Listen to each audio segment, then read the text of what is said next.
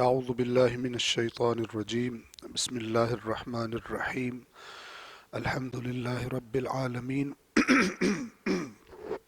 والصلاة والسلام علی سید الانبیاء والمرسلین وعلی اہل بیتہ الطیبین الطاہرین وصحبہ المنتجبین۔ گزشتہ درس میں ہم نے سورۃ البقرہ آیت نمبر 151 تک تمام کیا تھا قرآن مجید کے دوسرے جز میں۔ آج انشاءاللہ سورۃ البقرہ کی آیت نمبر 152 سے 162 تک آیت نمبر 162 تک تلاوت کریں گے، اور اس کے بعد ان آیات کا ترجمہ اور مختصر وضاحت آپ کی خدمت میں عرض کریں گے۔ یہ بھی عرض کر دیں کہ کیونکہ آگے محرم اور پھر سفر آ رہا ہے، تو ظاہراً یہ ہمارا محرم اور سفر کے ختم ہونے سے پہلے پہلے آخری درس ہوگا، اور انشاءاللہ جب ماہ سفر تمام ہوگا تو اس کے بعد دوبارہ سے ہم اس سلسلے کا آغاز کریں گے۔ صلوات پڑھیں محمد و آل محمد پر۔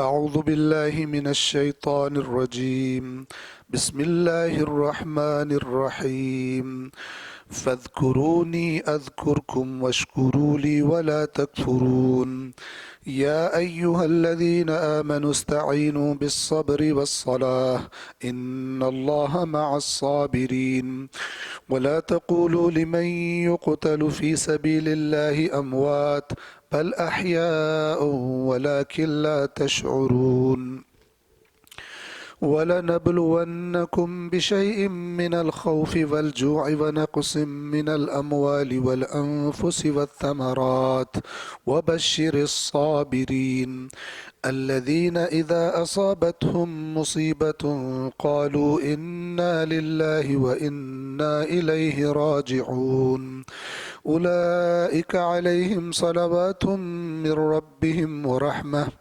وَأُولَئِكَ هُمُ الْمُهْتَدُونَ إِنَّ الصَّفَا وَالْمَرْوَةَ مِن شَعَائِرِ اللَّهِ فمن حج البيت أو اعتمر فلا جناح عليه أن يطوف بهما ومن تطوع خيرا فإن الله شاكر عليم إن الذين يكتمون ما أنزلنا من البينات والهدى من بعد ما بيناه للناس في الكتاب أولئك يلعنهم الله ويلعنهم اللاعنون إلا الذين تابوا وأصلحوا وبينوا فأولئك أتوب عليهم وأنا التواب الرحيم إن الذين كفروا وماتوا وهم كفار أولئك عليهم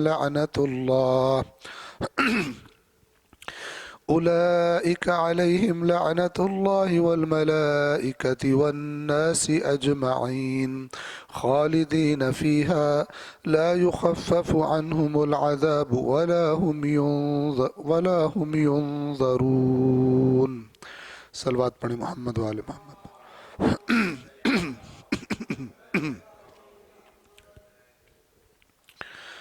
سورۃ البقرہ کی آیت نمبر 152 سے ہم نے شروع کرنا ہے، لیکن ہم پچھلی دو آیات کا ترجمہ تکرار کر کے انشاءاللہ آگے بڑھیں گے۔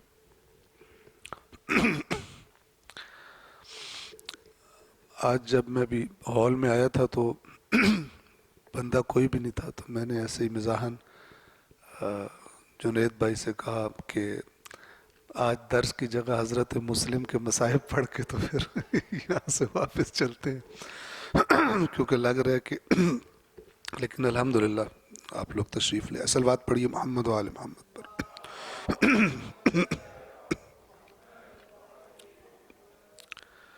میں یہ بھی عرض کر دوں کہ آپ نے تو ماشاءاللہ لاہور سے آنا تھا، میں اسلام آباد سے ڈائریکٹ آ رہا ہوں۔ ابھی تقریباً 5:30 پہ ہم یہاں پہ پہنچے تھے۔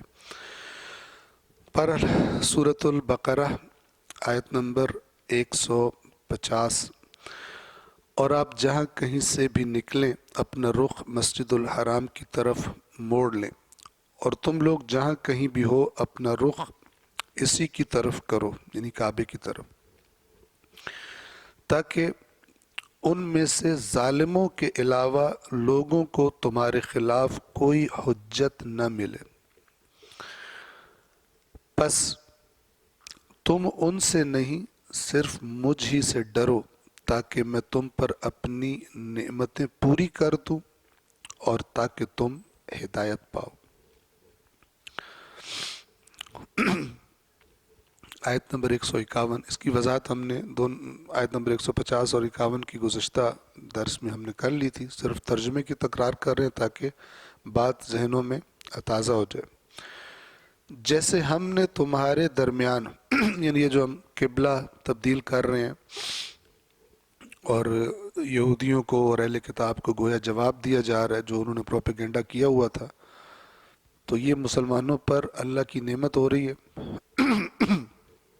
کیونکہ اب امت وسط اور وہ امت کے جو انسانیت کی امامت کے لیے چنی گئی ہے، یعنی امامت اس بنی اسرائیل سے لے کر اب بنی اسماعیل میں رکھ دی گئی ہے،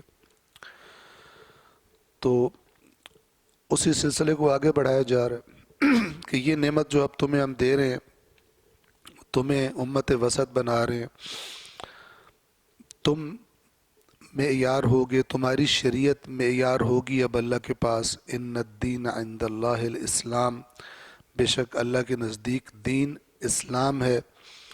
ومن یبتغی غیر الاسلام دینا فلن یقبل منہ وہو فی الآخرۃ من الخاسرین، اور جس نے بھی اسلام کے علاوہ کسی اور دین کو چاہا تو ہرگز اس سے قبول نہیں کیا جائے گا اور وہ آخرت میں خسارہ اٹھانے والوں میں سے ہوگا۔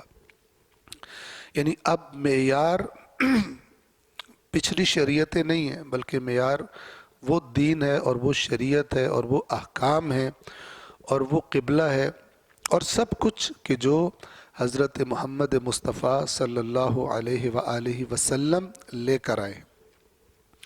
اسی کی طرف یہاں اشارہ کیا جا رہا ہے کہ یہ جو تمہیں ہم مزید نعمت دے رہے ہیں یہ ایسے ہی ہے جیسے ہم نے تمہارے درمیان خود تم ہی میں سے ایک رسول بھیجا جو تمہیں ہماری آیات پڑھ کر سناتا ہے اور تمہیں پاکیزہ کرتا ہے اور تمہیں کتاب و حکمت کی تعلیم دیتا ہے اور تمہیں ان چیزوں کی تعلیم دیتا ہے جو تم نہیں جانتے تھے۔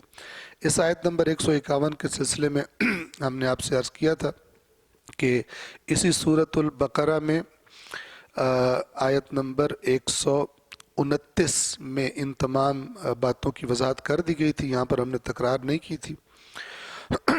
آیت نمبر 152،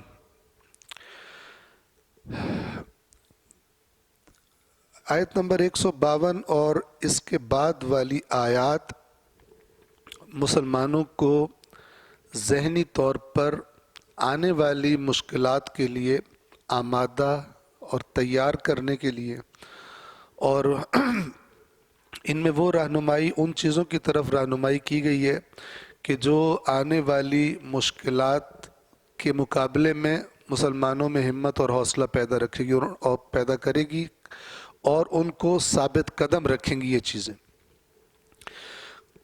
اور گویا اللہ تعالیٰ ان آیات میں یہ فرمانا چاہ رہا ہے کہ جو راستہ ہم نے تمہارے لیے انتخاب کیا ہے وہ کوئی پھولوں کی سیج نہیں بچھی ہوئی کہ جس پر تم نے چلے جانا ہے، بلکہ شدید ترین مشکلات کا سامنا تمہیں کرنا پڑے گا اللہ کے دین کو سربلند کرنے کے لیے، اللہ کے دین کی نصرت کرنے کے لیے تمہیں بہت زیادہ حوصلے کی، بہت زیادہ صبر کی ضرورت پڑے گی، اس لیے کہ بہت مشکل راستہ ہے۔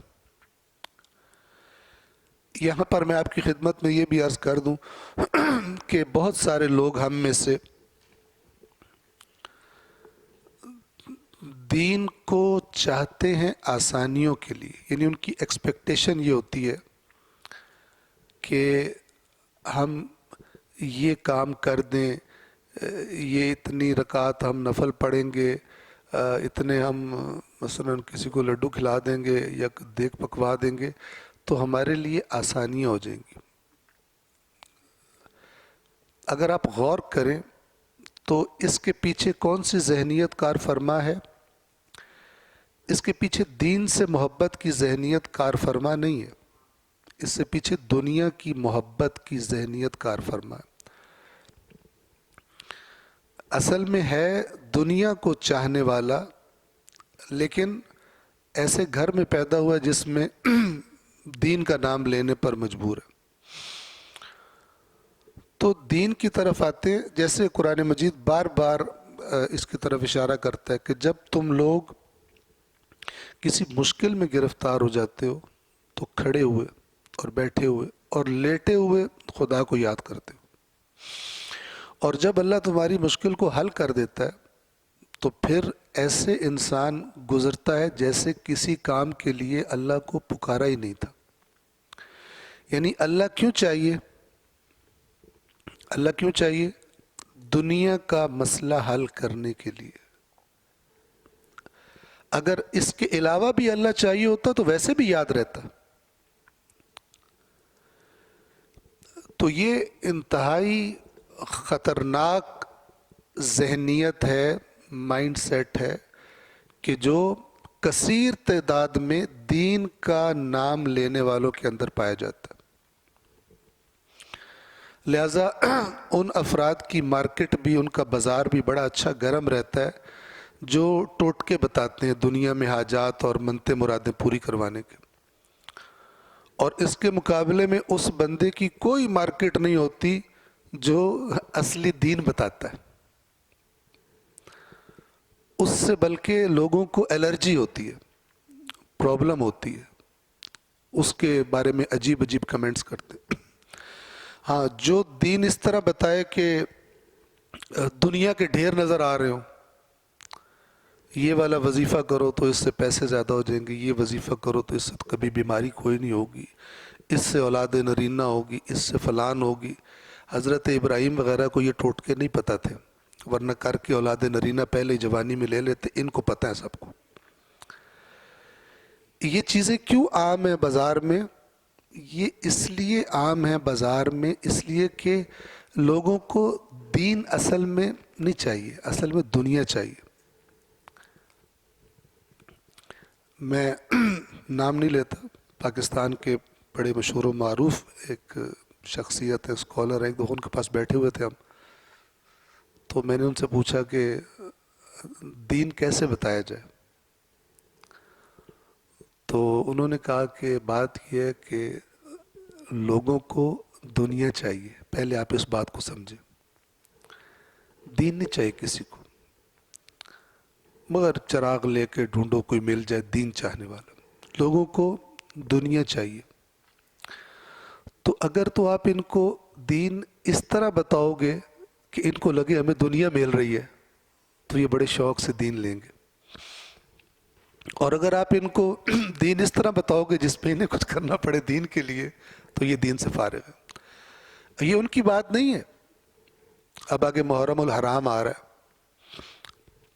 یہ امام حسین علیہ السلام کا وہ جملہ ہے جو چند بار امام کی زبان سے نکلا ہے بے وفائیوں کی اطلاع ملنے کے بعد، جب مکہ سے اگلا سفر شروع ہو چکا تھا اور مختلف منازل پر جب امام علیہ السلام کا قیام ہوتا تھا تو وہاں سے خبریں آتی تھیں۔ اب امام حسین سے زیادہ تو اونچی منزلت والا نہیں، روح زمین پر اس وقت نہیں ہوگا، ٹھیک ہے؟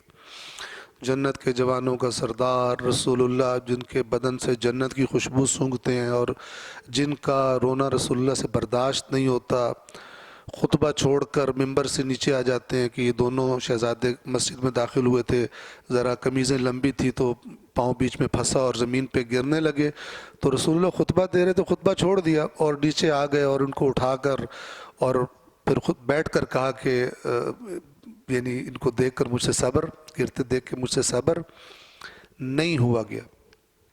تو ان سے بڑا تو کوئی نہیں تھا۔ تو جو کوئی کوفے کی طرف سے آ رہا ہوتا تھا امام اس سے سوال کرتے تھے تو وہ کوئی الٹی بات کرتا تھا، کوئی کہتا تھا کہ دل آپ کے ساتھ ہے اور تلواریں آپ کے خلاف ہیں۔ اس قسم کے منافق بھی، یعنی دل آپ کے ساتھ ہیں، دل میں آپ کو چاہتے ہیں لیکن یا کسی خوف یا کسی لالچ کی وجہ سے تلوار آپ کے خلاف ہی چلائیں گے۔ تو وہاں پر امام حسین علیہ الصلوۃ والسلام ایک بار نہیں چند بار یہ جملہ امام کے زبان اطہر سے نکلا ہے کہ الناس، لوگ، عبید الدنیا، یہ دنیا کے غلام ہیں، دنیا کے نوکر ہیں۔ عبید عبد کی جمع ہے، ٹھیک ہے، یہ دنیا کے غلام ہیں۔ والدین لعق علی السنتہم، اور دین زبان سے چکھنے کی حد تک چکھتے ہیں، چسکا ہے ان کی زبان کا۔ یدورونہ، یہ دین کے ارد گرد گھومتے ہیں، دور لگاتے ہیں، ٹھیک ہے، دین کے ارد گرد گھومتے ہیں، کب تک؟ جب تک ان کی معیشت چلتی رہے، جب تک دین سے ملنے کی امید ہو کچھ ان کو۔ یہ امام حسین فرما رہے ہیں۔ وہ جو جن آغا صاحب کی میں بات کر رہا ہوں، جن عالم کی، انہوں نے کہا کہ ان اصل میں دنیا چاہیے، دین کو تب لیں گے کہ ان کو دنیا کی پیکنگ میں دو۔ لہٰذا میں نے کہا کہ ان کی مارکیٹ بہت زیادہ ہے جو دنیا حاصل کرنے کے ٹوٹکے بتاتے ہیں، ہر مراد پوری، تو یہ بڑا مجرب عمل ہے، یہ فلانے دادا کے خواب میں آیا تھا، وہ بہت بڑے بزرگ تھے، تو جو مرضی کرا لو۔ یہ جو مجرب عمل تھے یہ اللہ کے نبیوں کو نہیں پتہ تھے، ٹھیک ہے نا، بجائے بدر کے میدان میں جانے کے مجرب عمل کرتے تو فنا ہو جاتے سارے، بجائے خندق کھودنے کے مجرب عمل کرتے۔ سب قوم کو، ملت کو سست اور کامچور اور دنیا پرست بنانے کے یہ شیطانیت کنڈے، یہ بات سخت ہے، ٹھیک ہے نا، لیکن آپ انشاءاللہ سوچنے والے لوگ ہیں، سوچیں کہ ان چیزوں سے انسان کے اندر جو عمل کا جذبہ ہے اور جو مشکلات کو فیس کرنا اور چیلنجز کو فیس کرنا، بلکہ ان کو للکارنا ہے، جو مومن کے بارے میں قرآن تصویر دکھاتا ہے، وہ فارغ ہے، وہ کانسیپٹ ہی ختم ہو گیا۔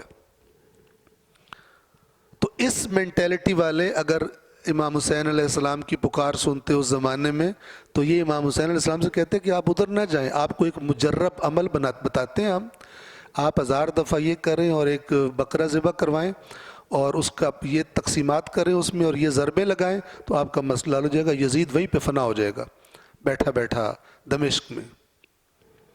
اگر یہ ٹوٹکے ان کو نہیں پتہ تھے، ان کو تھا کہ ہمیں جانا ہے کربلا میں۔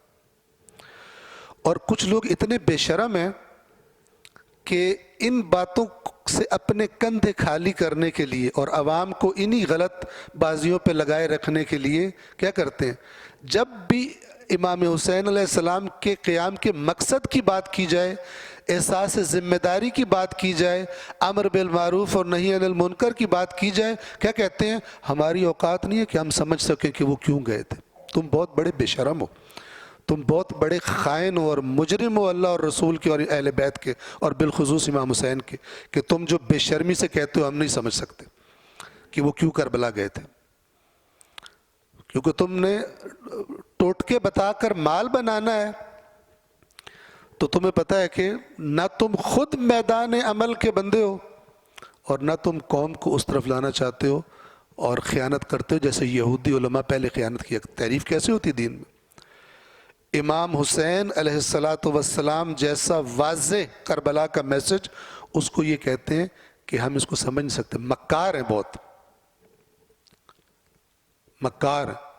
ادھر سے جب فضائل پڑھنے لگیں گے کہیں گے امام حسین انبیاء کے وارث ہیں، تو پھر عقل کے اندھو، بلکہ عقل کے اندھے نہیں ہو تو مکار ہو۔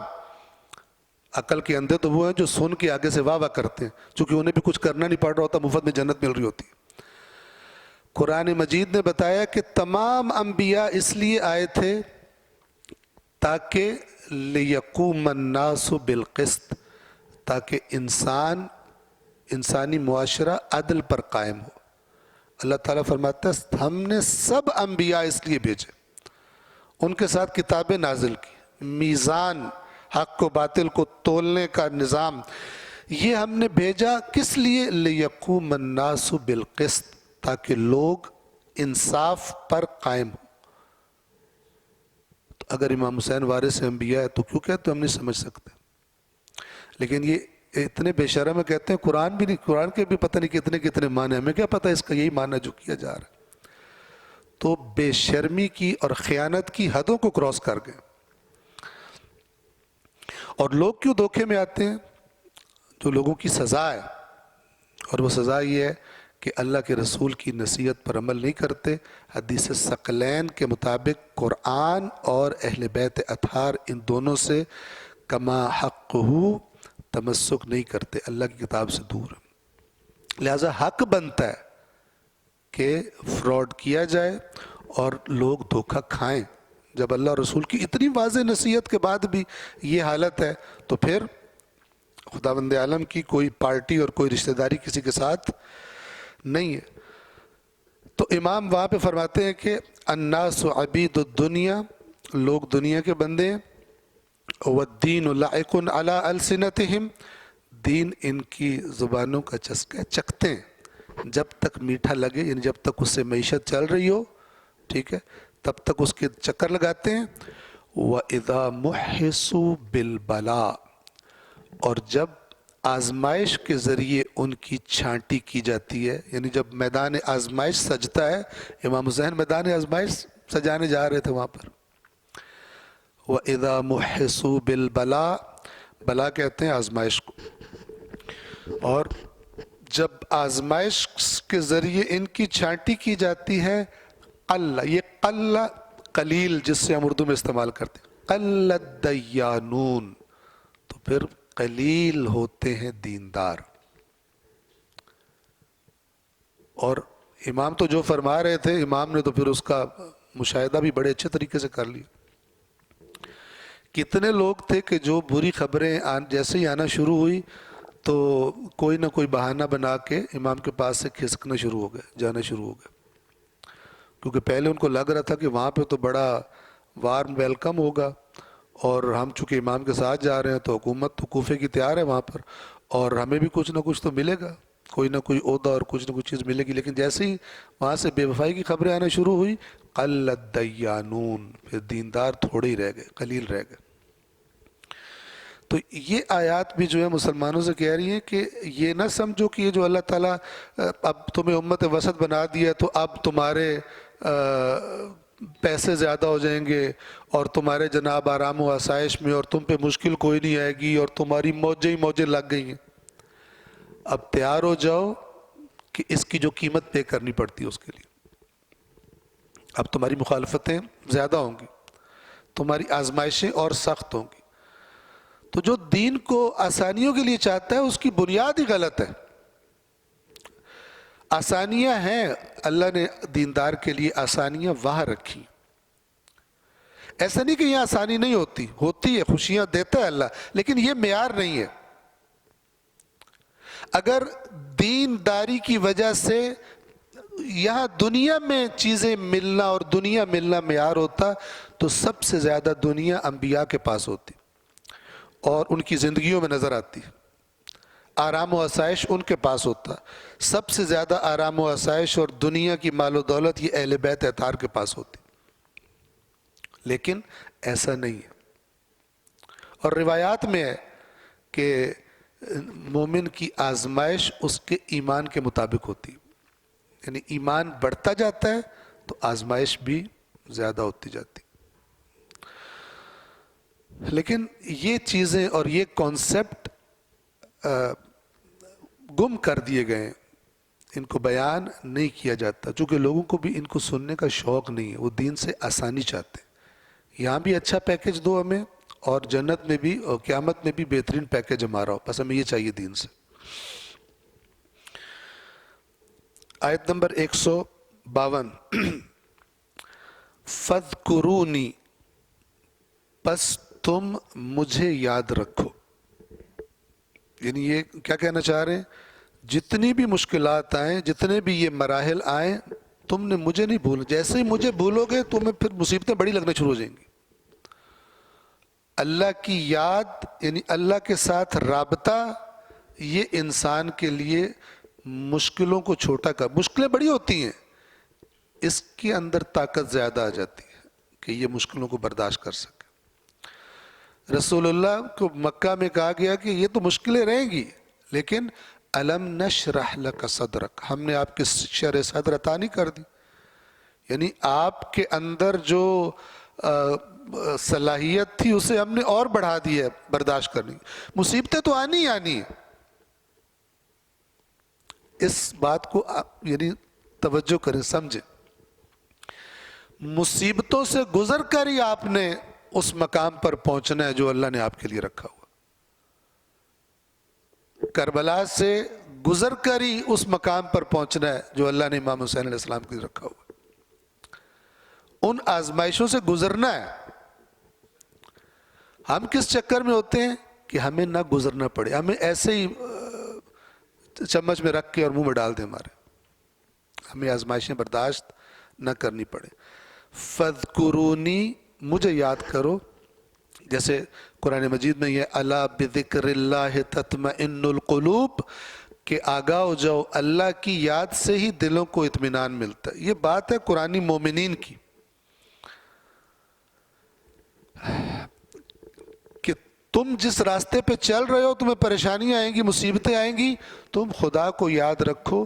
خدا سے اگر تمہارا رابطہ رہے گا تمہیں پتہ ہوگا کہ اللہ تبارک و تعالیٰ تمہارا پشت پناہ ہے، اس لیے تمہارے لیے راستہ آزمائش کا چنا ہے، تو تمہارا دل مطمئن رہے گا، قدم تمہارے اکھڑیں گے نہیں. مصیبت کو، اس چیلنج کو برداشت کرنا، اسے گزارنا، یہ تمہارے لیے آسان تر ہو جائے گا. فَاذْكُرُونِي، پس تم مجھے یاد رکھو. اذکرکم، میں تمہیں یاد رکھوں گا. واشکروا لی، اور میرا شکر ادا کرو. ولا تکفرون، اور میری ناشکری نہ کرو. یہ جو کفر کا لفظ یہاں پر ہے ولا تکفرون، یہ کفران نعمت جسے ہم کہتے ہیں. کفر کا لفظ قرآن میں ایک تو وہی ایمان کے مقابلے میں استعمال ہوا ہے، اور ایک شکر کے مقابلے میں بھی کفر کا لفظ استعمال ہوتا ہے جسے ہم اردو زبان میں بھی کفران نعمت کہتے ہیں، یعنی نعمت کی ناشکری کا. پہلے ذکر کا آپ کی خدمت میں عرض کر دوں. عربی زبان کا لفظ ہے کسی چیز کو بغیر بھولے یاد رکھنا، یا کوئی چیز جو بھول گئی ہو اس کا یاد آ جانا، اسے ذکر کہتے ہیں. ذکر زبان کا بھی ہوتا ہے، اسے ذکر لسانی کہتے ہیں، اور ذکر دل کا بھی ہوتا ہے اندر کا، جسے ذکر قلبی کہتے ہیں. عام طور پر جو ہمارے ذہنوں میں ہے ذکر، وہ ذکر نہیں ہے جو ذکر کی حقیقت ہونی چاہیے. ہم جاتے ہیں جناب کسی کے پاس، کوئی ذکر بتائیں، یعنی کوئی تسبیح بتائیں، کوئی وظیفہ بتائیں، فلان بتائیں. اور بتانے والے بھی آج کل وہ تسبیحیں بتا دیتے ہیں، حقیقت ذکر نہیں بتاتے. کوئی پرابلم ہے، اصل دین کی روح سے کوئی پرابلم ہو گیا سب کو، اکثریت کو.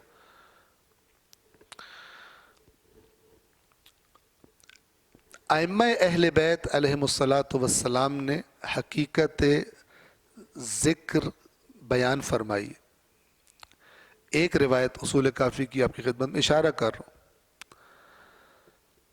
امام فرماتے ہیں کہ وہ سخت ترین چیز، سخت ترین، شدید ترین چیز جو اللہ نے اپنے بندوں پر فرض کی ہے وہ اللہ کا ذکر ہے.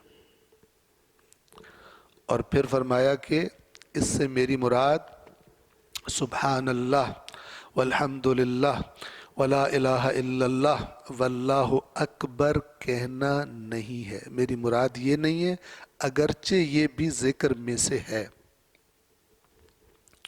لیکن یہ تو کوئی سخت ترین چیز نہیں ہے. سبحان اللہ بندہ جو مرضی کوئی اور کام بھی کر رہا ہے زبان سے کہتا رہے، یہ کون سی سخت بات ہے؟ اس لیے امام نے فرمایا کہ میری مراد یہ نہیں ہے سبحان اللہ والحمد للہ ولا الہ الا اللہ واللہ اکبر، یہ میری مراد نہیں ہے. ذکر وہ چیز ہے، وہ سخت ترین چیز جو اللہ نے بندے پہ فرض کیا.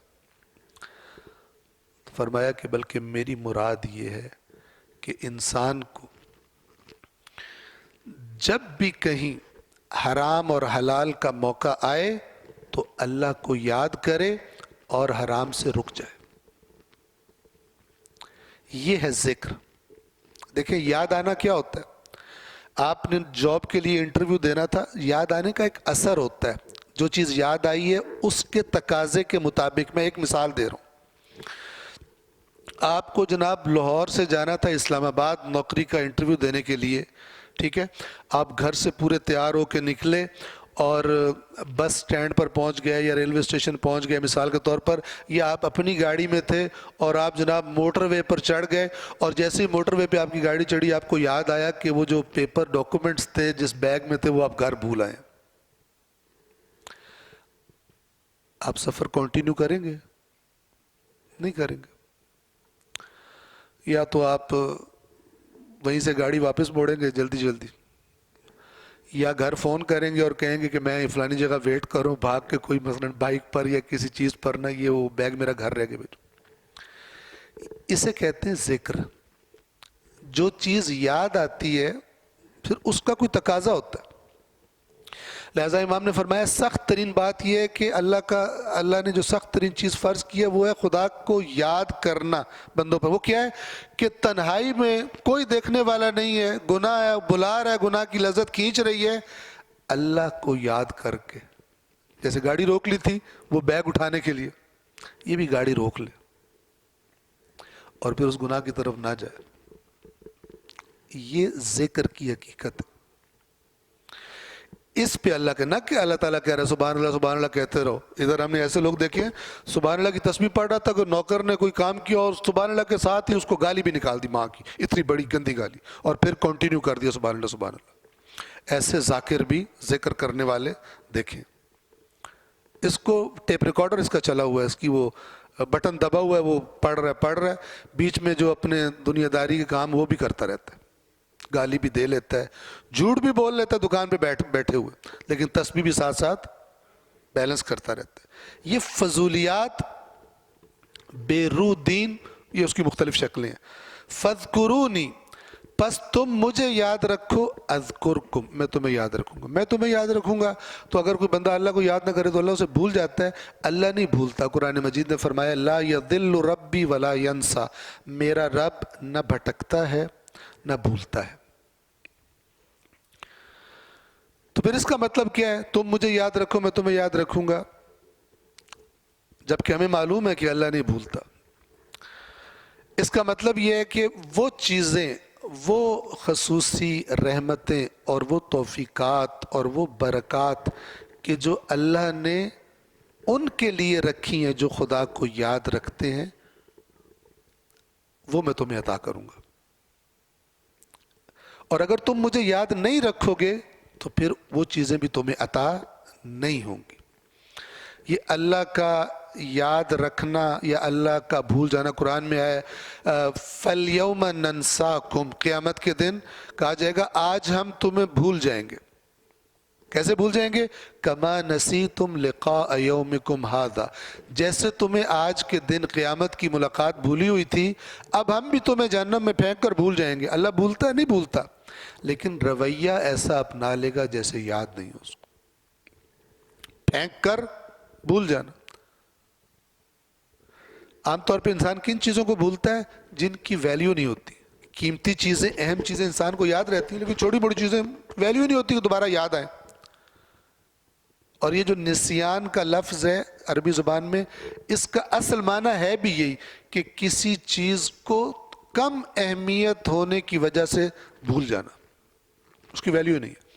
ہم تمہیں ایسے ہی بھول جائیں گے جیسے تم اس قیامت کے دن کو بھولے ہوئے تھے. کیا مطلب اللہ بھول جائے گا؟ نہیں، رویہ ایسا اپنا لے گا جیسے اس کو اللہ، جیسے کسی کو یاد نہیں ہوتا کہ ادھر بھی کوئی چیز پڑی ہوئی ہے. اسی طرح یہ ذکر کا معنی ہے، یعنی اگر تم مجھے یاد رکھو گے تو پھر میں ان تمام چیزوں کو جو میں نے ذاکرین، یعنی جو مجھے یاد رکھتے ہیں ان کے لیے جو چیزیں رکھی ہیں، جو برکات، جو رحمت خصوصی، وہ تمہیں، وہ توفیقات، وہ ہمتیں، وہ حوصلے، وہ ثابت قدمیاں، وہ تائیدات، وہ تمہیں ملتی رہیں گی. کس کا نتیجہ ہے؟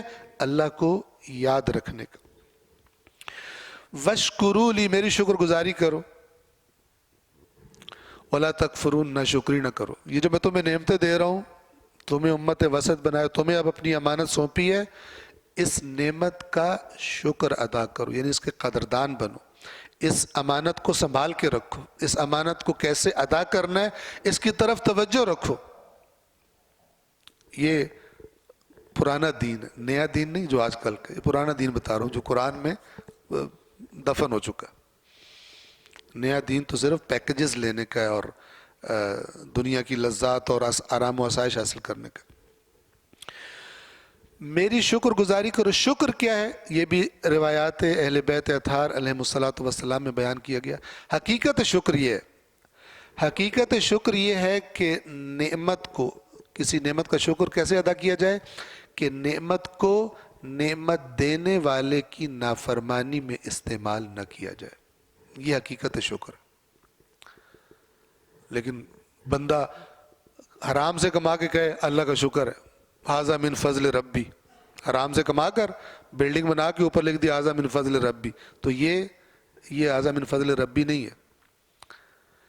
اسی طرح اللہ کی نافرمانی پہ مال خرچ کرتا ہے اور منہ سے کہتا ہے اللہ کا بڑا شکر ہے، خدا نے بہت کرم کیا ہوا، یہ شکر گزاری نہیں ہے. حقیقت شکر کیا ہے؟ جیسے حقیقت ذکر میں نے عرض کی، حقیقت شکر یہ یاد رکھیں، حقیقت شکر یہ ہے کہ نعمت، جس نعمت کا شکر ادا کر رہا ہے انسان، اس نعمت کو اللہ کی اطاعت میں استعمال کرے، خدا کی نافرمانی میں استعمال نہ کرے. یہ نعمتوں کا شکر ہے. آنکھ کا شکر ہے، کان کا شکر ہے، زبان کا شکر ہے، پیر کا شکر ہے، ہاتھ کا شکر ہے، ہر چیز کا شکر ہے. اولاد کا شکر کیا ہے؟ اگر اچھا شوہر ملا ہے اس کا شکر کیا ہے؟ اگر اچھی بیوی ملی ہے اس کا شکر کیا ہے؟ ہر چیز کا معیار یہ ہو کہ اس کی وجہ سے خدا کی نافرمانی نہیں کرنی، اس کی وجہ سے اللہ کی اطاعت کرنی. مولا کائنات جناب سیدہ کی جو تعریف فرمائی، کیا فرمائی کہ اللہ کی اطاعت میں فاطمہ میری مددگار تھی، اللہ کی اطاعت میں مددگار تھی، میری معاون تھی. پس تم مجھے یاد رکھو، میں تمہیں یاد رکھوں گا، اور میرا شکر ادا کرو اور میری ناشکری نہ کرو. صلوات پڑھیے محمد و آل محمد پر.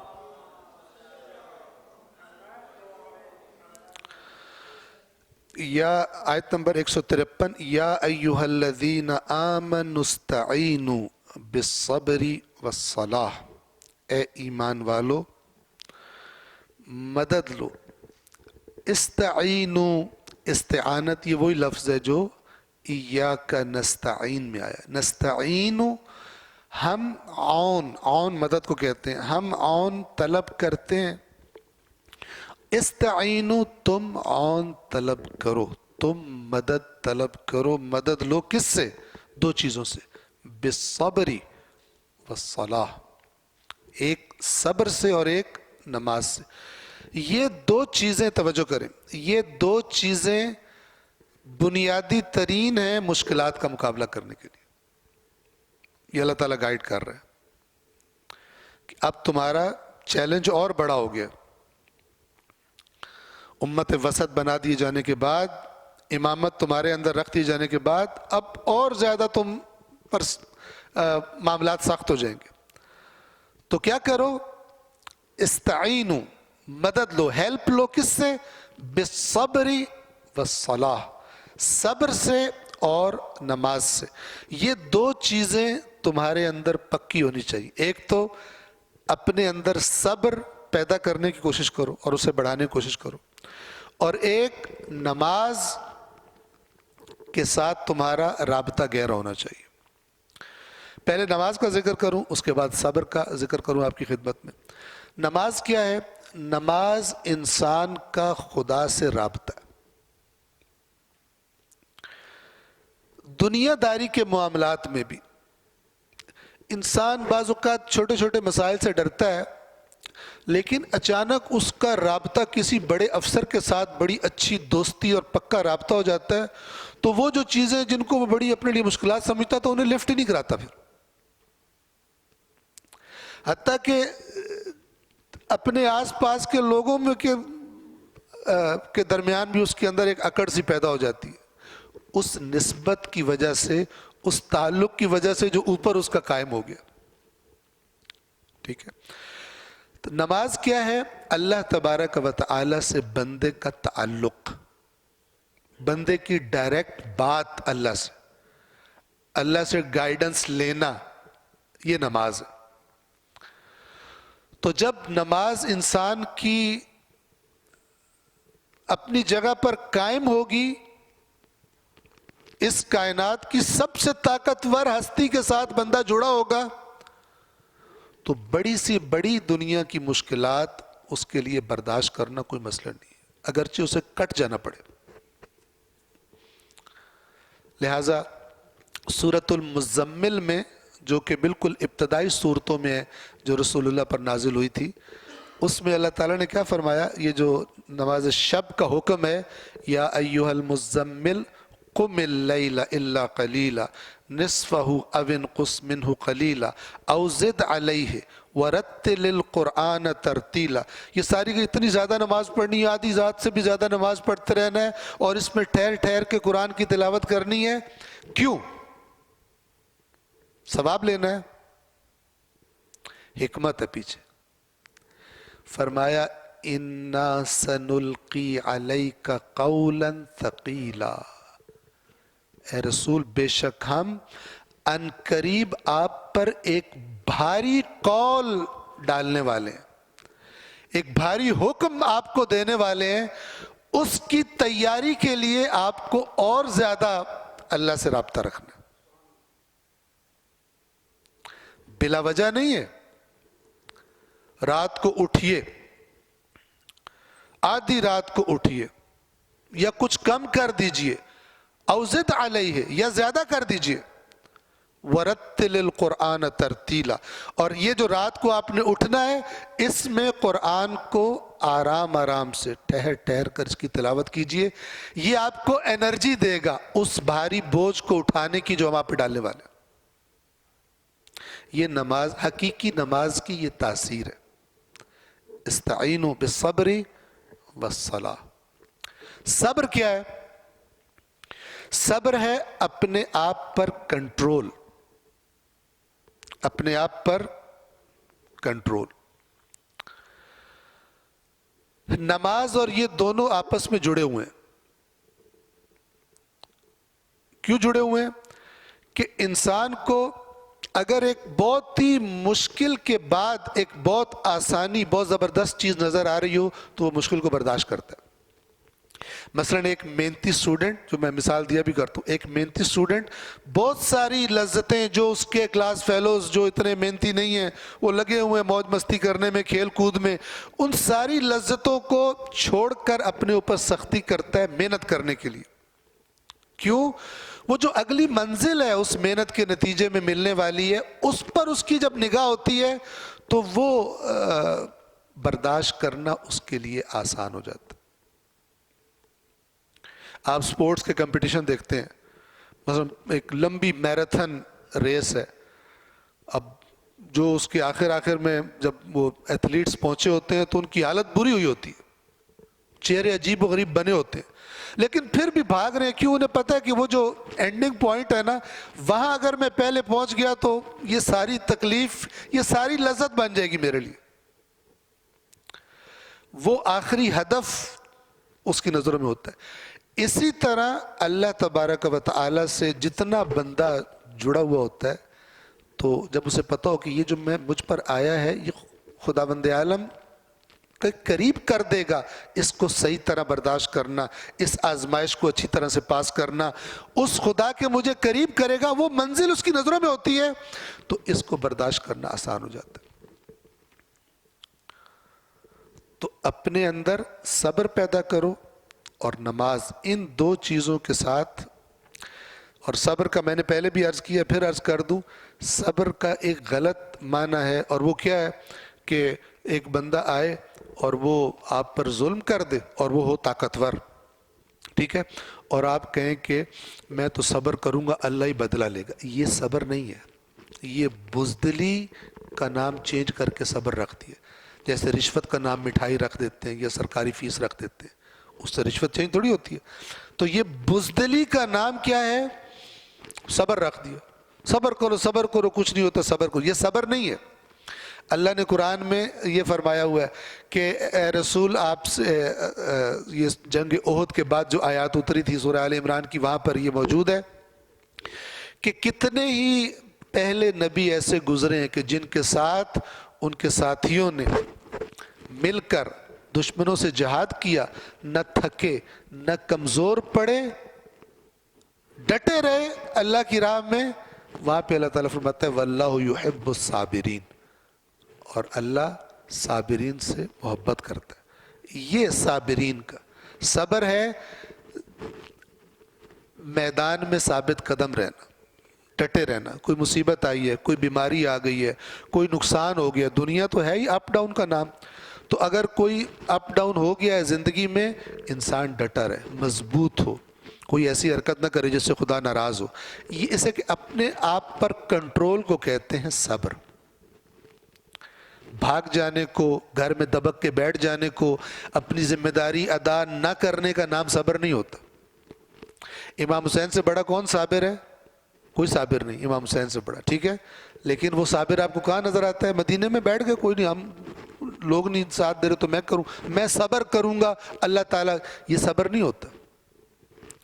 صبر کروں گا یعنی میں استقامت کروں گا، جو میرے ذمہ ہے وہ نہیں چھوڑوں گا میں. اس کو سمجھے، جو میرے ذمہ ہے وہ نہیں چھوڑوں گا، یہ مطلب ہے صبر کا.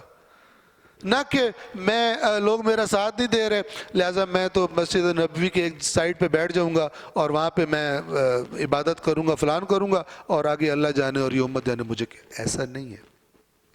یہ صبر کا کانسیپٹ نہیں، غلط ہے. صبر یعنی ڈٹے رہنا. اے ایمان والو، صبر اور نماز سے مدد لو. ان اللہ مع الصابرین، یقیناً اللہ صابرین کے ساتھ ہے. نماز تو ہے ہی بندے اور اللہ کا معاملہ، اس لیے نماز کا نہیں، یہ نہیں کہا کہ ان اللہ مع الصابرین والمصلین، نہیں کہا. کیونکہ نماز تو ہے ہی اللہ اور بندے کے درمیان کا رابطہ. جو صبر کرے گا، جو صابر ہوگا، خدا اس کا ساتھی ہے، اور جو صابر نہیں ہے خدا اس کا ساتھی نہیں ہے. یہ ساری کی ساری آیات مشکلات کے لیے تیاری کروا رہی مسلمانوں کو. یہ نہیں کہہ رہی کہ یہ کام کر دو تو تمہارے لیے آسانی ہو جائیں گی. صلوات پڑھیں محمد وآل محمد پر.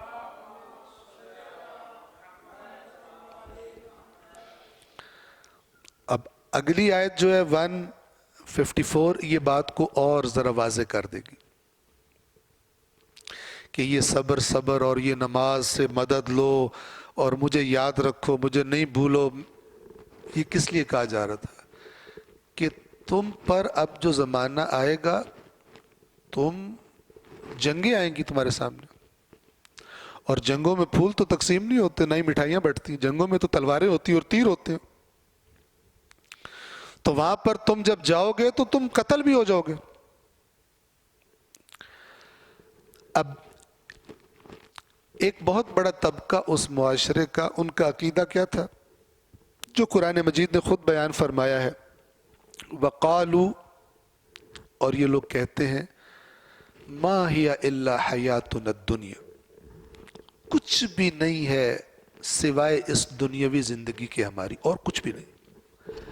جیسے ہی مریں گے سب کھیل ختم. توجہ سے سنیے، یعنی کانسیپٹ کیا تھا؟ جو کچھ ہے یہی زندگی ہے.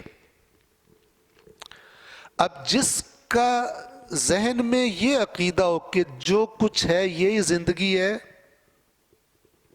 اس کے لیے سب سے زیادہ پرابلم والی چیز کیا ہے؟ موت. اس کو موت سے ڈر لگتا ہے. لہٰذا جو منافق تھے مدینہ میں، یہ بھی سورہ جو جنگ احد کے بعد آیات اتری ہے وہاں پر تفصیل سے اس کو ڈسکس کیا اللہ تبارک و تعالی نے، کہ جب جنگ احد کے لیے جا رہے تھے تو منافق کیا کہہ رہے تھے؟ بدر میں بھی کر رہے تھے، احد میں بھی کیا، کہہ رہے تھے کہ یہ تو خودکشی ہے. 1000 بندہ لے جا کر 5000 بندے سے مقابلہ کرنا، یہ تو خودکشی ہے. لہٰذا منافقین اپنے قریبیوں کو، اپنے دوستوں کو روک رہے تھے کہ نہ جاؤ ورنہ مارے جاؤ گے. پھر یہ ہوا کہ 1000 بندہ رسول اللہ کے ساتھ نکلا اور عبداللہ ابن ابی 300 بندوں کو لے کر عین میدان میں چھوڑ کر رسول اللہ کو واپس مدینے آ گئے. کسی بات کا بہانہ بنایا اور رس کے ناراض ہو کے یہ جو منافق تھے، اب ادھر 5000 کے مقابلے میں پہلے ہی 1000 تھے، 300 اور کم ہو جائے عین میدان میں. آپ سوچیں کیا حالت ہوگی. لیکن وہ 700 پھر بھی لڑے اور جنگ جیت گئے تھے. اگر وہ مسئلہ نہ ہوتا مال غنیمت جمع کرنے کے لیے، اگر وہ تیر انداز اپنا مقام نہ چھوڑتے، پوزیشن نہ چھوڑتے. اب ہوا یہ کہ تقریباً 72 مسلمان شہید ہوئے اس جنگ میں، جنگ احد میں. بہت نقصان ہوا. جب واپس آئے مسلمانوں کا لشکر جب واپس آ گیا مدینہ میں، اب منافقوں نے کیا کہنا شروع کیا؟ اگر ہماری بات مان لیتے تو نہ مرتے نا، اب مزہ لے لیے. یہ منافقوں نے ٹوکے مارنا شروع کی. تو وہاں پر بھی آیت ہے اور یہ آیت یہاں پر. وہاں پر کیا آیت ہے؟ احد والی آیات میں سورہ آل عمران میں وہاں پر ہے وَلَا تَحْسَبَنَّ، یہاں پر ہے وَلَا تَقُولُوا، اور نہ کہو. وہاں پر اس سے زیادہ شدت کے ساتھ وَلَا تَحْسَبَنَّ، ہرگز گمان نہ کرنا تو.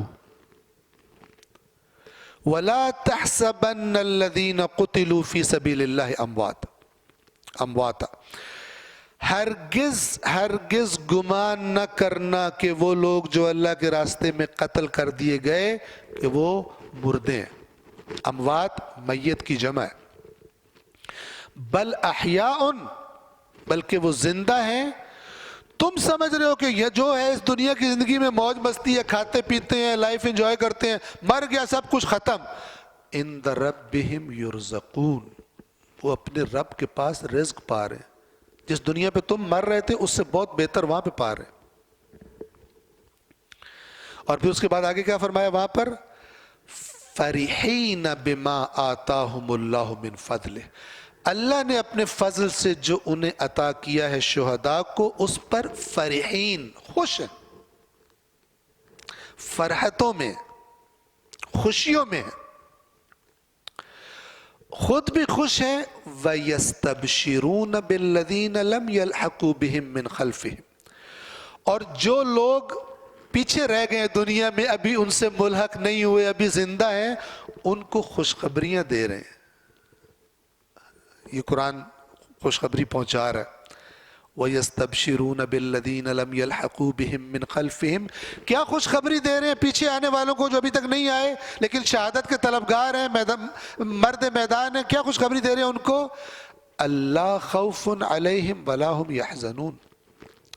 وہ خوشخبری یہ ہے کہ انہیں وہاں نہ کوئی خوف ہے.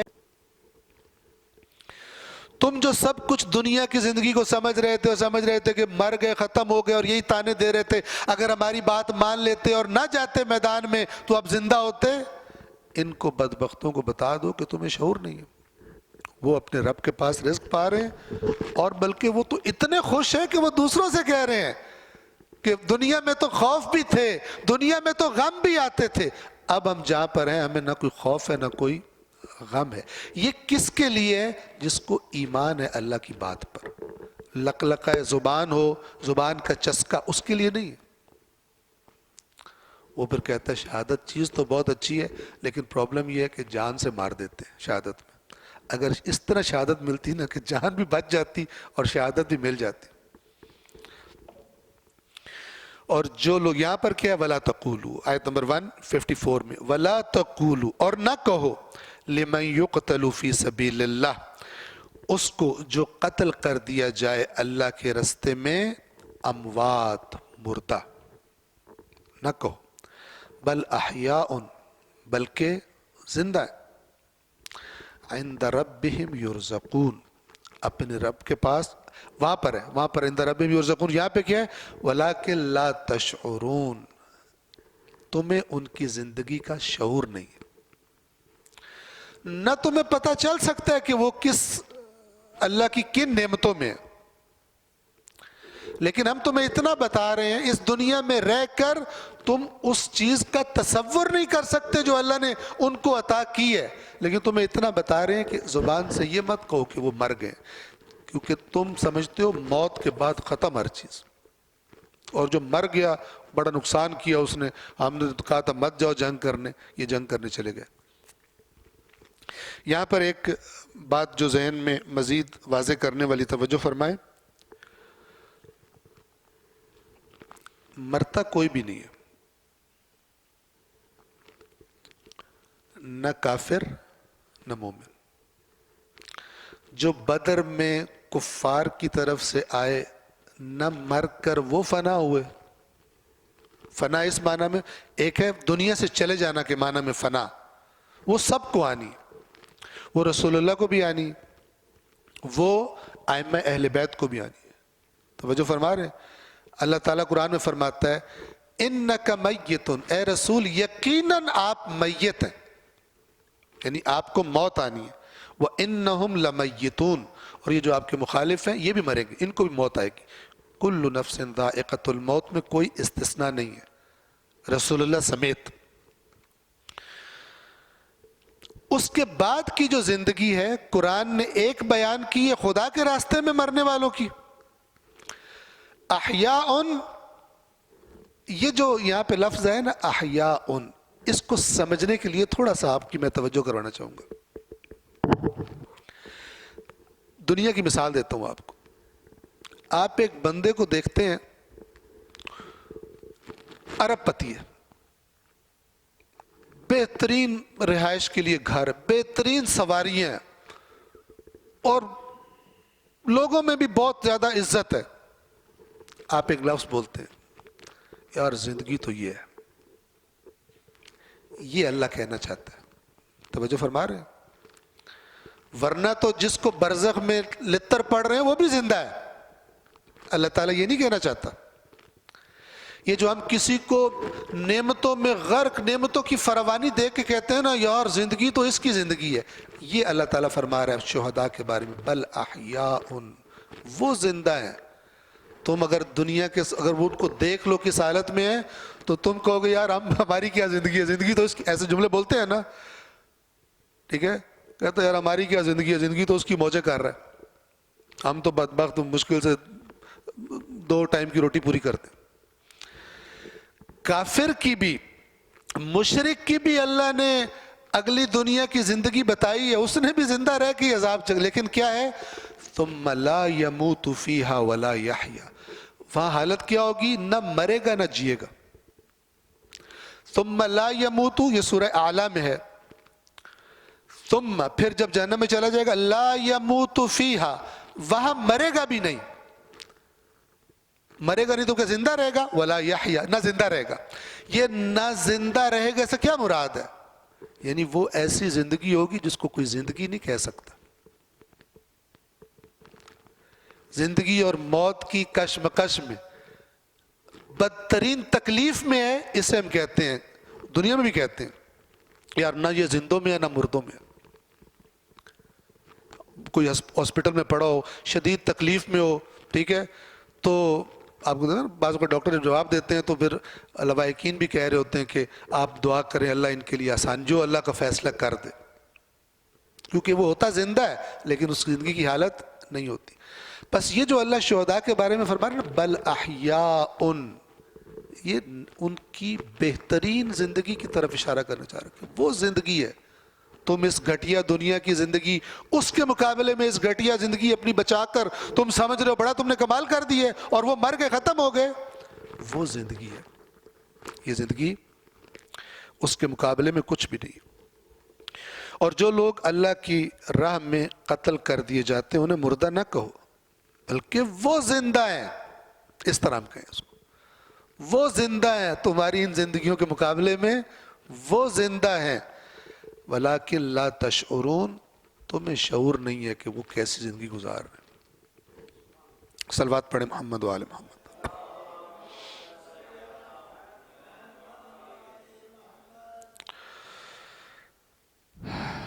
آیت نمبر 155، اس آیت کو بھی توجہ سے سنیں، یہ ان سے بھی کہا گیا اور جو بھی اس رستے پر ہے اس کو شامل ہے۔ یہ قرآنی اسلام ہے. 155 وَلَنَبْلُوَنَّكُمْ، یہ آیت عام طور پر کس کے لیے پڑھتے ہیں؟ اس نے اتفاق ہے امام حسین علیہ الصلوۃ والسلام اور کربلا والوں کی نسبت سے یہ آیت پڑھی جاتی ہے. یہ آیت حالانکہ مدینہ میں بہت عرصہ پہلے نازل ہو چکی ہے، لیکن کربلا کے جو واقعات ہیں ان پر ایسی فٹ آتی ہے کہ کم مقامات ہوں گے جہاں پر اتنی فٹ آتی ہو یہ آیت تطبیق کرتی. وَلَنَبْلُوَنَّكُمْ، اور یقیناً، اگر اس کا میں صحیح ترجمہ کروں تو 3 دفعہ تاکید ہے اس میں. یقیناً، یقیناً، یقیناً ہم تمہیں آزمائیں گے. ایک مومن کو اپنے آپ کو آزمائش میں سمجھنا چاہیے. اللہ تعالیٰ کی 2 آزمائشیں 2 طرح کی، کچھ لے کے آزماتا ہے، اپنی دی ہوئی چیز واپس لے کے آزماتا ہے، یا دے کے آزماتا ہے. عام طور پر ہم لوگ کس کو آزمائش سمجھتے ہیں؟ جب ہم سے کوئی چیز چلی جاتی، صحت چلی جائے ہم کہتے ہیں آزمائش، کوئی پیارا دنیا سے چلا جائے کہتے ہیں آزمائش، کوئی نقصان ہو جائے کاروبار میں فلان میں کہتے ہیں آزمائش. در حقیقت وہ جو اللہ تعالیٰ دے کے آزماتا ہے وہ زیادہ خطرناک ہے، چونکہ اس میں بندہ سمجھتا ہی نہیں کہ میری آزمائش ہو رہی ہے. اس میں انسان کی حالت ایسی ہے کہ جو کمرہ امتحان میں بیٹھا ہے اور اسے پتہ ہی نہیں ہے کہ میں کمرہ امتحان میں بیٹھا ہوں. بیماری والے کو پھر پتہ ہے، اس کی توجہ جو امام سجاد علیہ الصلوۃ والسلام اپنی ایک دعا میں بھی فرماتے ہیں کہ اس میں کیا فرماتے ہیں کہ میں اے اللہ میں صحت میں تیرا زیادہ شکر ادا کروں یا بیماری کی حالت میں تیرا زیادہ شکر ادا کروں. کیوں بھلا؟ صحت میں اس لیے کیونکہ میرا بدن زیادہ ساتھ دیتا ہے تیری اطاعت کرنے میں، تیری عبادت کرنے میں. آپ دیکھیں ہر چیز خدا کی طرف پلٹتی ہے. اور بیماری میں اس لیے، یعنی کہ بیماری میں زیادہ، یعنی بیماری بڑی نعمت ہے یا صحت بڑی نعمت ہے؟ کیونکہ بیماری میں اور زیادہ اپنے آپ کو تیرا محتاج پاتا ہوں، اپنے آپ کو اور کمزور پاتا ہوں کہ میرا جسم بھی میری بات نہیں مان رہا پوری طرح، میرا جسم بھی میرا ساتھ نہیں دے رہا، تو اور زیادہ محتاجی کا احساس تیری ذات کے سامنے، محتاجی کا احساس بڑھ جاتا ہے. اس پر تیرا شکر زیادہ ادا کروں یا حالت صحت میں تیرا شکر زیادہ ادا کروں؟ یہ دیکھنے کا انداز ہے چیزوں کو.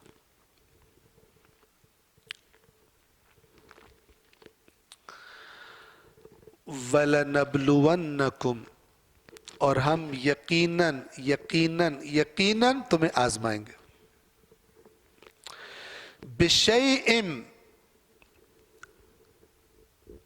مِّنَ الْخَوْفِ وَالْجُوعِ، بِشَيْءٍ یعنی ایک مقدار، خوف سے، یعنی تمہارے حالات ایسے بن جائیں گے کہ جس سے انسان پر خوف طاری ہو جاتا ہے. والجوع یعنی ایسے حالات سے بھی تمہیں آزمائیں گے جس میں انسان کو بھوکا رہنا پڑتا ہے، خوف سے اور بھوک سے، وَنَقْصٍ اور کچھ چیزوں کی کمی سے، یعنی تمہارے مد مقابل یہ چیزیں زیادہ ہوں گی، تمہارے پاس کم ہوں گے. نقص کہتے ہیں کمی کو. کس کس چیز کی کمی؟ من الاموال، مال کی کمی سے، والانفس نفسوں کی کمی سے، نفسوں کی کمی یعنی افراد کی کمی سے، والثمرات پھلوں کی کمی سے، ثمرات کی کمی سے. یہ جس زمانے میں یہ آیت نازل ہوئی، جنگوں کے لیے جانے کی وجہ سے، جنگوں پر جانے کا لازمہ یہ تھا، ان ذمہ داریوں کا لازمہ یہ تھا کہ جو ان کا مین پھل اگتا تھا مدینہ میں کھجور، اپنے باغات کی صحیح طرح خیال نہیں رکھ سکتے تھے اور پھر کمی ہو جاتی تھی. یعنی وہ جو باغ کا بہت خیال رکھا جائے تو پھر جو وہ فصل دے گا وہ اور ہوتی ہے، اور جس کا خیال نہ رکھا جائے اور اس کی فصل میں کمی آ جاتی ہے، اس کے رزلٹ میں کمی آ جاتی ہے۔ ہم اس سے بھی تمہیں آزمائیں گے کہ تم یہ کہو کہ لو جی ہم جہاد پہ جائیں، پیچھے بیڑا غرق ہو جائے، روٹی کہاں سے کھائیں گے؟ ہم تمہیں اس سے بھی آزمائیں گے۔ پس خوف، بھوک اور کمی مال کی اور جانوں کی یعنی افراد کی، اور ثمرات یعنی پھلوں کی، یہ ہم یقیناً تمہیں آزمائیں گے اگر اس راستے پر ہو تو۔ اگر ہو ہی نہ تو موجے کرو، اگر ہو ہی نہیں تو پھر اور طریقہ ہے۔ آزمائش تو ہونی ہے تمہاری، کسی اور طریقے سے ہوگی، لیکن اگر خدا کے راستے پر ہو، اگر رسول کے بتائے ہوئے راستے پر ہو، تو پھر ان چیزوں سے تمہیں آزمایا جائے گا۔ چونکہ کچھ پر تو اللہ دنیا کے دروازے کھول دیتا، کہتا ٹھیک ہے تمہیں یہ چاہیے تو پھر جتنی چاہیے لے لو، پھر اکٹھا تمہیں پکڑیں گے۔ لیکن اگر تم صراط مستقیم پر ہو تو پھر ہم تمہیں اس طرح یقیناً آزمائیں گے۔ ان آیات کو بندہ دیکھے اور پھر بندہ اپنے آپ کو دیکھے کہ میری کوئی اس قسم کی آزمائش ہو رہی ہے کہ نہیں ہو رہی۔ یعنی دین کی وجہ سے مجھے خوف ہو حالات کا، دین کی وجہ سے، دنیا کی وجہ سے نہیں، دین کی وجہ سے۔ میں کوئی دینی کام کر رہا ہوں جس کی وجہ سے مشکل پیش آ سکتی ہے مجھے، میں کوئی دینی کام ایسا کر رہا ہوں جس کی وجہ سے مجھے بھوک کا سامنا کرنا پڑ سکتا ہے۔ کبھی یہ فیلنگ آئی ہے مجھے، آپ کو کبھی میرے اس دینی کام کی وجہ سے ہو سکتا ہے مجھے کبھی بھوک کا سامنا کرنا پڑے، یا مجھے مال کی کمی کا سامنا کرنا پڑے دین کی وجہ سے، ساتھیوں کی کمی چھوڑ جائیں مجھے، میرے قریبی لوگ چھوڑ جائیں دین کی وجہ سے۔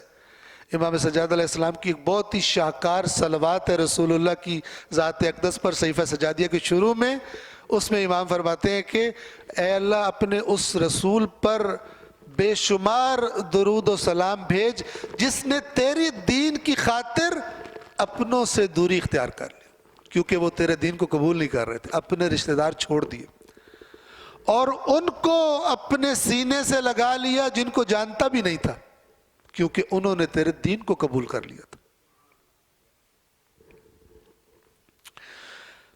مال کی کمی سے، ساتھیوں کی کمی سے، اور ثمرات کی کمی سے۔ آج ہم ثمرات کو لے لیں، اگرچہ ثمرات بھی آ جاتا ہے، بھوک میں ہی آ جاتا ہے۔ جب ثمرات نہیں ہوں گے تو پرابلم کیا ہوگا؟ کھانے کو نہیں ملے گا۔ لیکن اس زمانے کے اعتبار سے خصوصی طور پر اسے ذکر کیا۔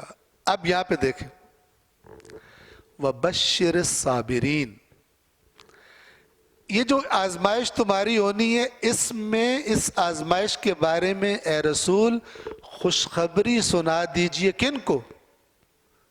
صابرین کو۔ صابرین کا یہاں پہ کیا مطلب بنے گا؟ کہ جو گھر بیٹھ جاتے ہیں، ٹھیک ہے نا، جو ان چیزوں کو برداشت کریں گے۔ تب دین نے ترقی کی تھی، لوگوں نے بہت کچھ قربان کیا، تب اسلام کو طاقت ملی، پھوکوں سے نہیں ملی، نہ ہی وظیفوں سے ملی، بغیر عمل کے۔ کہ جب میں پھوکے اور وظیفے کہتا ہوں نا، یہ میری مراد یاد رکھیں ہمیشہ تاکہ مس کنسیپشن نہ ہو، یہ ہے بغیر عمل کے پھوکے مارنا، اور بغیر عمل کے دعائیں مانگنا، اور بغیر عمل کے وظیفے کرتے رہنا۔ یہ شیطانی کام ہے جو اسلام کے اندر داخل کر دیا گیا۔ ہاں، زبان پر ذکر خدا ہو لیکن میدان عمل میں ہو بندہ بہترین، نور علی نور، لیکن اپنی ذمہ داری ادا نہ کرے۔ اور امام حسین علیہ السلام مدینہ چھوڑ کے جا رہے ہیں، یہ ٹیلے پہ چڑھ کے دعا مانگ رہا ہے۔ کوئی بندہ پوچھتا ہے کیوں دعا مانگ رہے ہو؟ میں امام حسین کے لیے حفاظت کے لیے دعا مانگ رہا ہوں، کیونکہ میں نے رسول پاک سے سنا تھا کہ جب کوئی بہت مشکل وقت آ جائے تو ٹیلے پہ چڑھ کے دعا مانگنی۔ اس کو اتنی سینس نہیں ہے اس وقت کرنا کیا ہے، ٹیلے پہ چڑھ کے دعا مانگ رہے، ساتھ نہیں جا رہا، اتنی سمجھدار عقل ہے۔ ہوتے اسلام کے یہ احکام ہیں، لیکن کسی چیز کو، کہیں کی چیز کو اٹھا کے کہیں اور فٹ کر دیتے۔ تو سمجھے آپ، بغیر عمل کے وظیفے میری مراد ہوتے ہیں، گھر میں بیٹھ کر پوری قوم کو بیڑا غرق کر دیا اس وجہ سے۔ وَبَشِّرِ الصَّابِرِينَ، اور صبر کرنے والوں کو خوشخبری سنا دیجئے۔ 156 کون ہے صبر کرنے والے؟ توجہ کریں، الذین اذا اصابتہم مصیبۃ، یہ صرف مرنے وقت نہیں پڑھی جاتی، ہم صرف مرنے وقت پڑھتے ہیں انا للہ و انا الیہ راجعون، یہ صرف موت کے وقت نہیں ہے، ہر مصیبت پر یہ پڑھتے ہیں۔ الذین اذا اصابتہم مصیبۃ، وہ لوگ، ان صابرین کو خوشخبری سنا دیجئے کہ جو لوگ جب ان پر کوئی مصیبت آتی ہے، کوئی مصیبت ان پر آن پڑتی ہے، بھاگتے نہیں ہیں، کیا کہتے ہیں؟ انا للہ۔ یہ دو چیزیں مومن کے اندر راسخ ہونی چاہیے۔ نمبر ایک، ہم اللہ کے ہیں یقیناً، یعنی اپنا مالک کس کو قرار دیتے ہیں؟ اللہ کو۔ ایک تو ہمارا مالک اللہ ہے، اور دوسرا وَإِنَّا إِلَيْهِ رَاجِعُونَ، اور یقیناً ہمیں اسی کی طرف پلٹنا ہے، اس کے راستے میں نکلے ہوئے ہیں۔ اس میں موت آ جائے تو وہ بڑا خوبصورت شعر ہے کہ جان دی ہوئی اسی کی تھی، حق تو یہ ہے کہ حق ادا نہ ہوا، تو تھی اسی کی۔ وَإِنَّا لِلَّهِ، جان اسی کی دی ہوئی ہے، ہم ہیں ہی اسی کے۔ وَإِنَّا إِلَيْهِ رَاجِعُونَ، اور ہم نے اسی کی طرف لوٹنا ہے۔ اس یہاں پر نہ گئے تو ہسپتال کے بستر پر پڑے ہو کے چلے جائیں گے، کرونا سے مر جائیں گے، روڈ ایکسیڈنٹ میں مر جائیں گے، ہارٹ فیل ہونے سے مر جائیں گے، کسی نہ کسی بہانے سے مرنا تو ہے ہم نے۔ تو پھر کیا ہی بہتر کہ اپنے اختیار سے اللہ تعالیٰ کو ہم پیش کریں اس جان کو۔ تو جس کے ذہن میں یہ کانسیپٹ ہوتا ہے، اللہ اور اپنا یہ رابطہ ہوتا ہے، وہی ڈٹے رہتے ہیں، انہی کو یہ صرف زبان سے نہیں کہہ رہے ہوتے، یہ صرف زبان سے نہیں کہہ رہے ہوتے، بلکہ یہ اندر کی کیفیت کا اظہار ہے ان الفاظ سے، کہ یہ اس مصیبت سے زیادہ کیا ہوگا؟ جان چلی جائے گی، تو وہ کس کی ہے؟ اللہ کی۔ اور اگر ہم بھاگ گئے تو کیا پھر ہمیں جان نہیں دینی؟ دونوں سائڈ سے کلیئر کر دیا۔ ایک نمبر یہ کہ اگر یہ جان اسی کی ہے تو پھر اسی کو دینی، واپس اسی کو دینی چاہیے، اس نے دی تھی، ہم خود اس کو واپس کرتے ہیں۔ اور دوسری بات یہ ہے کہ اگر ہم آج اس کو بچا بھی لیں، یہاں سے بھاگ جائیں، تو کیا پھر ہمیں نہیں جانا اس کی طرف واپس؟ پھر بھی تو جانا ہی ہے۔ یہ معنی ہے انا للہ و انا الیہ راجعون۔ چند الفاظ آپ کے سامنے یہ پڑھنا چاہوں گا کہ کہنے سے مراد صرف زبان سے یہ الفاظ کہنا نہیں ہے، قالو کہتے ہیں، زبان سے کہنا مراد نہیں ہے۔ اللہ کے ہاں قول اور فعل کا تضاد تو بہت سخت خطرناک ہے۔ اے ایمان والو کیوں کہتے ہو جو کرتے نہیں ہو؟ کہتے ہو انا للہ و انا الیہ، لیکن موت سے ایسے بھاگتے ہو جیسے چوہا بھاگتا ہے بلی سے۔ یہ کیا کہتے ہو تم انا للہ و انا الیہ راجعون؟ کہنے سے مراد صرف زبان سے یہ الفاظ کہنا نہیں ہے، بلکہ دل سے اس بات کا قائل ہونا ہے۔ کس بات کا؟ کہ ہم اللہ ہی کے ہیں، اسی کی پراپرٹی ہیں۔ اس لیے بہت خوبصورت ہے، اس لیے میں پڑھ رہا ہوں اس کو، اس لیے اللہ کی راہ میں ہماری جو چیز بھی قربان ہوئی وہ گویا ٹھیک اپنے مصرف میں صرف ہوئی، وہی ٹھیک لگی ہے، وہی ٹھیک لگی ہے۔ وہ مجھے یاد آ گیا ایک واقعہ، رسول اللہ ایک جانور گھر والوں کو دیا اور کہا کہ اس کو ذبح کر کے غریبوں میں وہ کر دیا جائے۔ تو واپس جب تشریف لائے تو پوچھا تھا کہ وہ جانور کیا بنا، تو بتایا گیا کہ اتنا ہم نے دے دیا ہے اور اتنا بچا ہے۔ تو اللہ کے نبی نے فرمایا کہ ایسا نہیں ہے، جو تم نے دے دیا ہے وہ بچا ہے،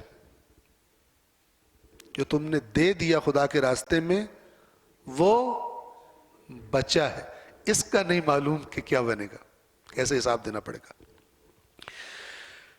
اس لیے اللہ کی راہ، ہم اللہ ہی کے ہیں، اس لیے اللہ کی راہ میں ہماری جو چیز بھی قربان ہوئی وہ گویا ٹھیک اپنے مصرف میں صرف ہوئی، جس کی چیز تھی اسی کے کام آئی۔ اور یہ کہ اللہ ہی کی طرف ہمیں پلٹنا ہے، یعنی بہرحال ہمیشہ اس دنیا میں رہنا نہیں ہے، آخر کار دیر یا سویر جانا خدا ہی کے پاس ہے، لہٰذا کیوں نہ اس کی راہ میں جان لڑا کر اس کے حضور حاضر ہوں۔ یہ اس سے لاکھ درجے بہتر ہے کہ ہم اپنے نفس کی پرورش میں لگے رہیں اور اسی حالت میں اپنی موت ہی کے وقت پر کسی بیماری یا حادثے کا شکار ہو جائیں، بالآخر جانا تو ہمیں واپس اسی کے پاس ہے۔ تو یہاں پر وقت ہمارے پاس کیونکہ تمام ہو گیا، جو آیت نمبر 156 پر ہم تمام کر رہے ہیں، جو مصیبت میں مبتلا ہونے کی صورت میں، انہوں نے ترجمہ اس طرح کیا ہوا ہے، ویسے الفاظ یہ بنتے ہیں کہ وہ ان کو خوشخبری سنا دیجئے صابرین کو کہ وہ لوگ کہ جب ان پر کوئی مصیبت آتی ہے تو کہتے ہیں یقیناً ہم اللہ ہی کے ہیں اور یقیناً ہمیں اللہ ہی کی طرف لوٹ کر جانا ہے۔ آیت نمبر 156 پر چند منٹ اوپر بھی ہو گئے، لیکن یہاں تک ہم تمام کرنا چاہ رہے تھے، اگرچہ کافی ساری آیات رہ گئی، لیکن یہ آیات تھی ایسی کہ انشاءاللہ ان کی وضاحت ضروری تھی۔ 156 پہ ہم تمام کر رہے ہیں، اللہ تبارک و تعالیٰ نے زندگی دی اور توفیق دی تو انشاءاللہ جو علی الظاہر جو پروگرام ہے وہ یہی ہے کہ ماہ محرم اور ماہ سفر کے بعد یہ جو درس کا سلسلہ دوبارہ شروع ہوگا۔ البتہ ایک حسرت ہے اور تکلیف دہ بات ہے کہ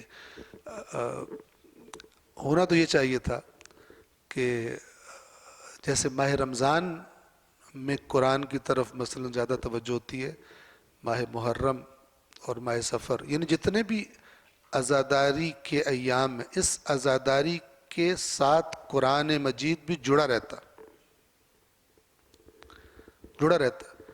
کیونکہ اگر تو اس امام حسین کی پیروی کرنی ہے، عزاداری اس کا نام ہے، تو وہ تو شب عاشور بھی فرما رہے تھے کہ یہ ایک رات کی مہلت میں قرآن مجید کی جی بھر کے تلاوت کرنا چاہتا ہوں، اور عباس آپ کو معلوم ہے مجھے قرآن کی تلاوت سے کتنی محبت ہے، لیکن افسوس کہ ایسا نہیں ہے، بلکہ بعض لوگ تو الٹ کرتے کہ ماہ محرم میں بھی جو ہے مجلس میں بھی ہم نے قرآن ہی سننا،